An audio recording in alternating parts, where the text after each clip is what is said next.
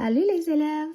Bon, nous avons déjà vu c'est quoi un axe de symétrie. Alors mettons que j'ai un dessin, une forme ou un objet symétrique. Je pourrais placer mon axe de symétrie au milieu. Parfois, l'axe de symétrie est dans le sens vertical, horizontal ou ça pourrait être comme oblique. Ton objet pourrait avoir plusieurs axes de symétrie ou il y a des objets qui n'ont pas d'axe de symétrie, ils ne sont pas symétriques du tout.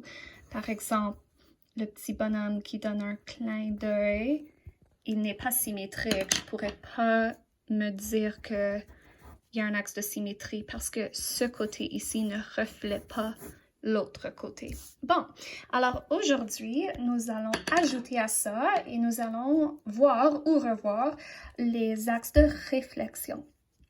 Alors, si je fais mon petit bonhomme qui donne un clin d'œil, mon axe de réflexion d'abord. On va imaginer qu'on lui a donné un miroir. Alors, quand tu regardes dans le miroir et quand tu lèves la main gauche, ton reflet va lever la main droite, on dirait, parce que c'est une réflexion, c'est ton reflet. Alors, je vais pas mettre le petit clin d'œil ici. Je vais mettre ici parce que c'est le reflet. Comprenez-vous? Et si j'avais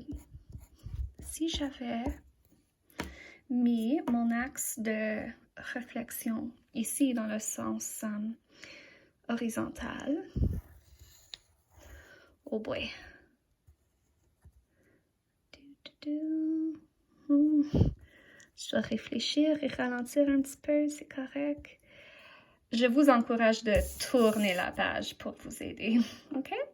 Bon, et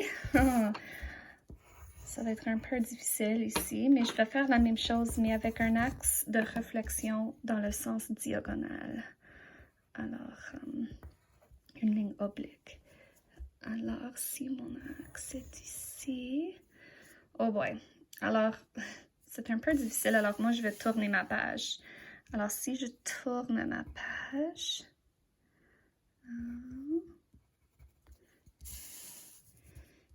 Et là, le voici.